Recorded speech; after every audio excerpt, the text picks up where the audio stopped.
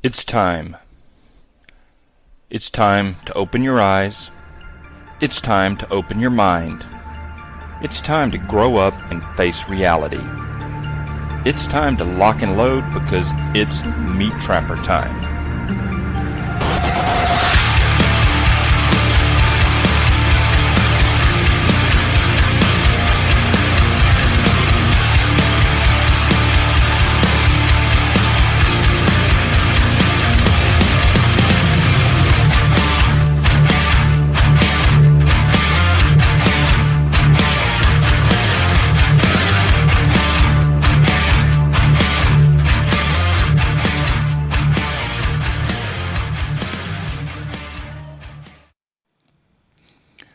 Hello everyone and welcome to episode number 219 of MeatTrapper Radio. And we have a special alert, an important alert that I must share with everybody, and that is meat season is here. That's right, meat season is here. At least where I am, the weather has turned nice and cool. It looks like we've broken the back of summer, and it is time to get out in the woods. And I had a friend send me an email with a limit of squirrels in his 22, a picture of it, and that's what he said. Meat season is here, and I tell you, I wrote him back and I said I'll take squirrel over venison any day of the week. How about you? I bet many of you feel exactly the same. Squirrels are they're just good meat. They're just good eating, But anyway, as always, I'd like to thank Mr. Brian McKee of SouthernSnares.com for sponsoring this broadcast. Without his constant and continued support, this broadcast would not exist in the form that it does, if at all. That I can promise you. And if you have any last-minute supplies or needs, because you've all been good boys and girls, and you've gotten your gear in ready to go shape. You're all loaded up and ready to go, of course. But if you have forgotten anything or need anything, please turn to Brian, because he supports us, and we need to support him. And hopefully by this time next year, we'll have the new Sleepy Creek traps hitting the market. I'm really looking forward to those.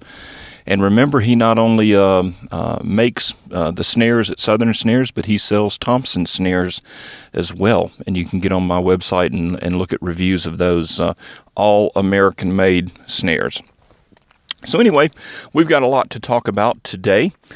One of the things I want to do is I want to share something with you that Patreon member Nick sent me. And if I'm not mistaken, Nick is a former Marine. And Nick, if I am wrong about that, please correct me and set me straight. But I think in some of our correspondence you've mentioned that before. But be that as it is, we've done a lot of talking about tactical gear and vests and LBE versus chest rigs and all of that sort of thing. And one of the pieces of equipment that most people overlook is a dump pouch. And what is a dump pouch? A dump pouch is it's basically a bag that you can wear on your belt that when you expend a magazine, when you empty a magazine or do a tactical reload where the magazine is partially unloaded but you want to top off with a fresh mag, instead of throwing your magazine into the mud and abandoning it, which you do not want to do, you need a place to put that magazine. And during the heat of combat, it can be difficult to reinsert an empty mag or a partially used mag back into a slot on your chest rig. And even if you do, then when you go to grab another mag, how do you know if you're grabbing an empty one or not? So you need a place to put those priorly used mags, and that's what your dump pouch is for. You dump your empty mags into this pouch.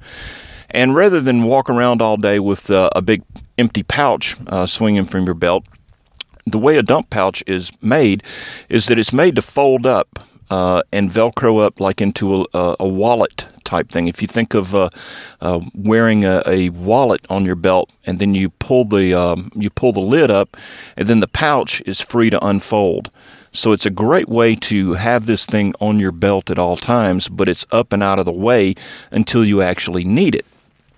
Now, one of the things that, and I have a dump pouch. I have a Maxpedition. I think it's a Roly-Poly is the brand. They come in different sizes. You can get little ones and medium ones and big ones or what have you, and then there's all different kind of brands. But Nick sent me an email, and he uses a dump pouch when he's foraging. And this struck me as just genius, because this is one of the things that I struggle with constantly, and that is backpacks, shoulder bags, and things like that. As I've mentioned on earlier episodes, I'm always looking. If I'm in the woods, if I'm riding a bike, if I'm paddling a kayak, I'm always looking around. Are there mushrooms? Is there any edibles that I can gather? Are there any plants that I can gather? What if I find an arrowhead or something like that? And you get to the point where you don't want to carry an empty backpack, because there are times when you're not going to come home with anything. To be honest, you don't always, load the basket up, right? And, I've tried carrying grocery store bags, the plastic grocery store bags. Have one or two of those in my thigh pocket. Different things like that. Well, what Nick does is he wears a dump pouch. He says, and let me just read this. He says, as my wife says, I have opinions about everything. In regards to foraging and herbal stuff, here are a few thoughts. I wear a magazine dump pouch every day. If I have pants on, I'm wearing it. I call it my third hand. If I see something worth gathering, into the pouch it goes. I use a Maxpedition Roly-Poly, but any of them will work. They're small and unobtrusive when folded, but hold a lot of stuff. Bone set is another valuable herb as well. Plenty of information online about it. Its main use is for infections. Great stuff, easily identified and grows everywhere. It really likes moist areas. And, Nick, I just want to thank you for that, because I've had that dump pouch, sitting over there with my tactical gear, and it never crossed my mind to just throw it on my belt when I go kayaking or biking or hiking. And now it gets threaded onto my belt when I go into the woods, and it really does fulfill the need. I mean, it stays out of the way when you don't need it. And if you do need it, it's right there. There are a couple of other uses for it as well.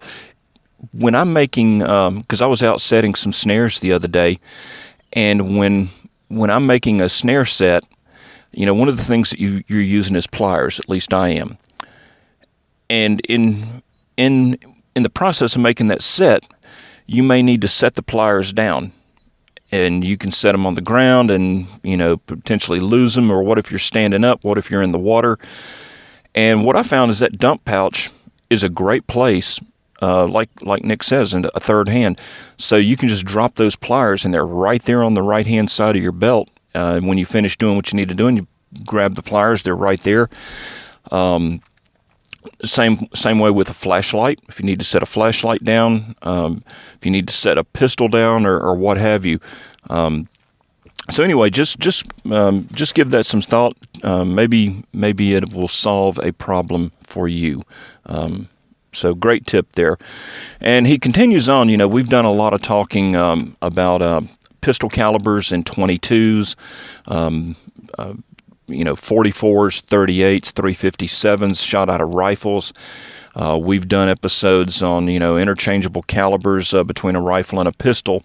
And so he tosses his 2 cents in, and he continues. He says, in regards to alternative calibers to the 22, I'm a big fan of pistol calibers out of rifles. Personally, a 38 Special is my choice for small game, although it can still work with larger game with proper bullet placement, which is, of course, the key to everything, right? And yeah, you're right. He says, if you hand load, the variety of ammo is amazing. Additionally, it's darn quiet out of a longer barrel. Other calibers such as 44 Special, 45 ACP, and the various 32s are good choices as well. I'm going to build a 32 H&R Magnum next. You can shoot the mags, but also 32 Smith & Wesson long and short out of it. And the funny thing is, when he starts talking about the 32s, if you do any reading of the old timers, the old trappers and the old hunters around the turn of the century, not the previous century, since we're, in 2020, but the century before that. And you'll see a lot of that, with 32 caliber stuff for some reason. Evidently, it was quite effective. Those guys could use 30-30s. They could use just about anything, and a lot of them did use 32 caliber cartridges for some reason. That's something I've never really explored or thought a lot about, but it's true. And he finally finishes up. He says, we'd talked about the listener in Croatia, and I don't remember if that was on the public section of last week's broadcast or on the Patreon only section, where I talked about getting emails from a gentleman in Croatia, and how I put together a care package for him and sent him a bunch of small game snares, regular size snares, and then a couple of big hog snares to take care of his issues over in Croatia, because he couldn't get cable.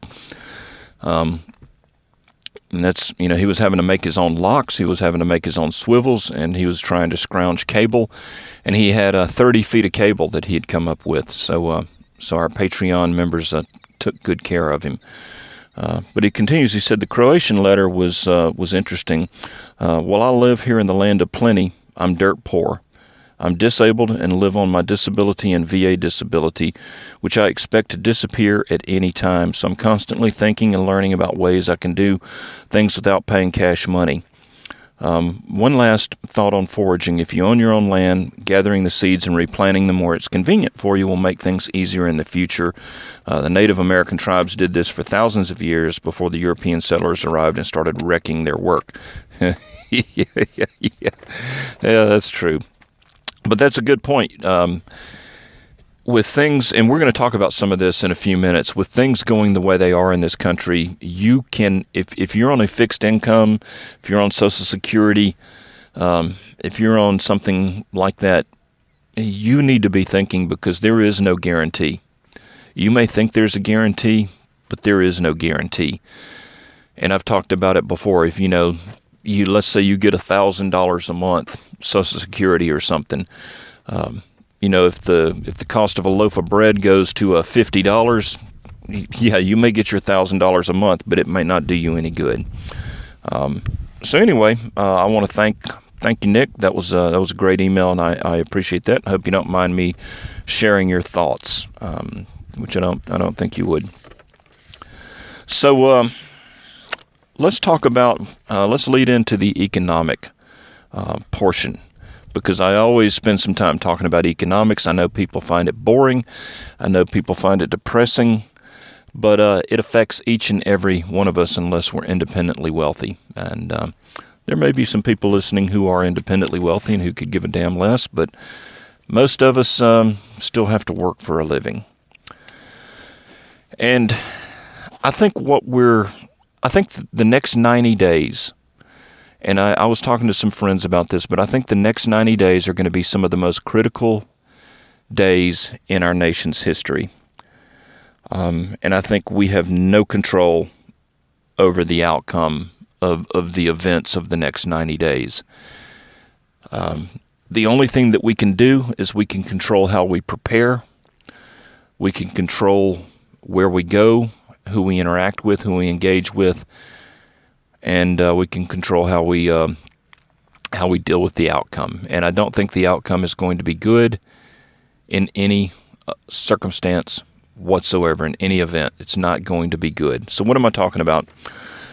Well, we've got this election coming up, and the Democrats have vowed to not accept the results of the election, and Hillary Clinton has urged Joe Biden to not concede no matter what. They've managed to get the mail-in ballot thing going, and it's going to take weeks to count all the mail-in ballots, and then you're going to have the recounts. Then you're going to have the lawsuits. You're going to have all of this stuff, and this is their plan. Their plan is you're not going to know who has won the presidential election on election night. You're not going to know who won the election the next day. They're trying to drag it out to the point to where once Inauguration Day comes around on the 20th of January, you still won't know. In other words, they want to drag this country into a paralysis where we have no idea who's going to be in the White House. The idea is to take that choice away from the American people and put it into the hands of the courts and or the military. If you don't believe me, go back and listen to some of the earlier episodes that I've done, and some of the wargaming that John Podesta and the Democrats have already done. This is documented. This is it's out there. Look up the Integrity Project, TIP, the Integrity Project, and read about their wargaming. I did an entire episode on it earlier. So that's the whole plan, is to drag it out into the courts. Now, Ruth Buzzy Ginsburg has bought the farm. Ruth Bader Ginsburg. She died of pancreatic cancer. One of the stalwart liberal judges on the court, and she's now dead. This was kind of expected but unexpected. In other words, everybody knew she had cancer. Everybody knew she was very elderly. Everybody knew she could no longer work, but nobody, of course, except the God above, knows the day, hour, and minute that we draw our final breath. And so she has passed away. Now we have another crisis here, because you see, it's 45 days before the election, and the Democrats are saying that Trump doesn't need to pick a new Supreme Court justice this close to the election. We need to have the election and let the American people decide, and then the next president gets to pick, whether it's Trump or Biden. Then you throw in Mitch McConnell, and he came out and said, hey, President Trump's pick will get a vote. But he didn't say when, now did he? You've got two Republican senators, the one out of Maine, Susan Collins, and the one out of Alaska, Murkowski, who've already come out and said they're not going to cast a vote before the election. Then, of course, you've got Mittens Romney, Pierre Delecto. What a jerk. And he's a never-Trumper. He'll do anything he can to stick a knife into Trump's back. So you've got three of your Republicans there who are going to screw him over. So there's no guarantee that even if Trump comes out and names a justice tomorrow, that the vote is going to occur before the election. The vote might occur after the election. And what if Trump loses the election and becomes a lame duck president? So what would happen right now? See, there are normally 9 justices on the Supreme Court, and with that 9, it's an odd number. So right now there's 8. So what if they split right down the middle? If we have a constitutional crisis, the election goes to the Supreme Court, and what if the Supreme Court splits right down the middle, 4-4?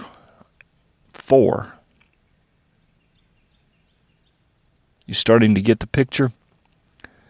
You have an election that is contested, and you have a court that is divided right down the middle. Are you seeing the possibility for a horrendous constitutional crisis? I have been calling this out for weeks now, and it has just gotten not only more likely, but it's just gotten more severe and worse. So now you see why I'm saying the next 90 days are going to be critical.